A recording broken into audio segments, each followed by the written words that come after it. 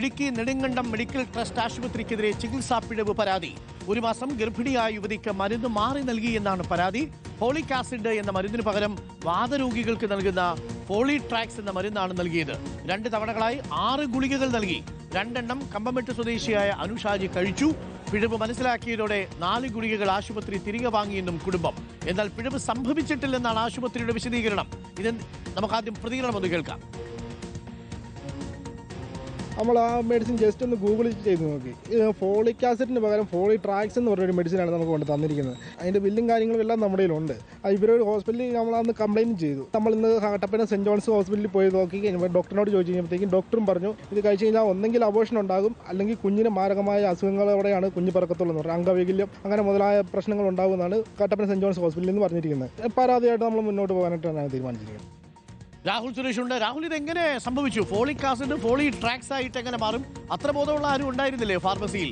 ഈ ഗുരുതരമായ പ്രത്യാഘാതം ഉണ്ടാക്കാൻ പറ്റുന്ന ഗുളികയായിരുന്നോ ഇത്? 2 ഗുളിക കഴിച്ചു എന്ന് കേൾക്കുന്നു രാഹുൽ.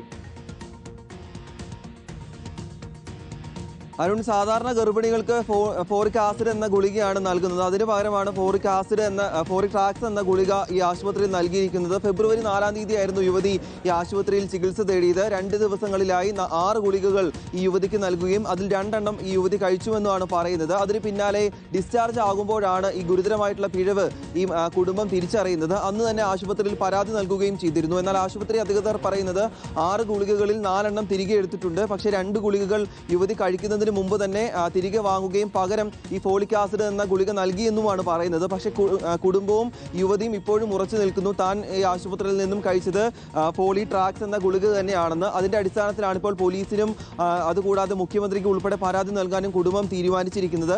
ഗുരുതരമായിട്ടുള്ള പാർശ്വഫലങ്ങളുള്ള ഒരു ഗുളികയാണ് ഫോളിട്രാക്സ് എന്ന് പറയുന്നത്. സാധാരണ വാതരോഗികൾക്കാണ് ഈ ഗുളിക നൽകുന്നത്. അതിന് പകരമാണ് 1 മാസം ഗർഭിണിയായിരിക്കുന്ന യുവതിക്ക് നെടുങ്കണ്ടത്തെ മെഡിക്കൽ ട്രസ്റ്റ് ആശുപത്രിയിൽ നിന്നും ഈ ഗുളിക നൽകിയിരിക്കുന്നത്. ഒന്നെങ്കിൽ അബോർഷൻ ആകാനുള്ള സാധ്യതയുണ്ട്, അല്ലെങ്കിൽ ഗുരുതരമായിട്ടുള്ള ആരോഗ്യ പ്രശ്നങ്ങളോടെ ഈ കുഞ്ഞ് ജനിക്കാനുള്ള സാധ്യതയുണ്ടെന്നും ഡോക്ടർമാർ പറയുന്നുണ്ട്. എന്നാണെങ്കിലും വലിയ വീഴ്ചയാണ് ഈ ആശുപത്രി അധികൃതരുടെ ഭാഗത്തു നിന്നും ഉണ്ടായിരിക്കുന്നത്. അതേസമയം ആശുപത്രി അധികൃതർ നൽകുന്ന വിശദീകരണം ഇങ്ങനെയാണ്: പിഴവ് സംഭവിച്ചിട്ടില്ല, യുവതി കഴിച്ചിരിക്കുന്ന ഗുളിക ഫോളിക് ആസിഡ് തന്നെയാണ്. പിഴവ് മനസ്സിലാക്കിയതോടെ 6 ഗുളികകളിൽ 4 എണ്ണം നേരിട്ട്. ശരി. എന്തായാലും വാതരോഗത്തിനുള്ള ഗുളിക കൊടുത്തു അത്രേ.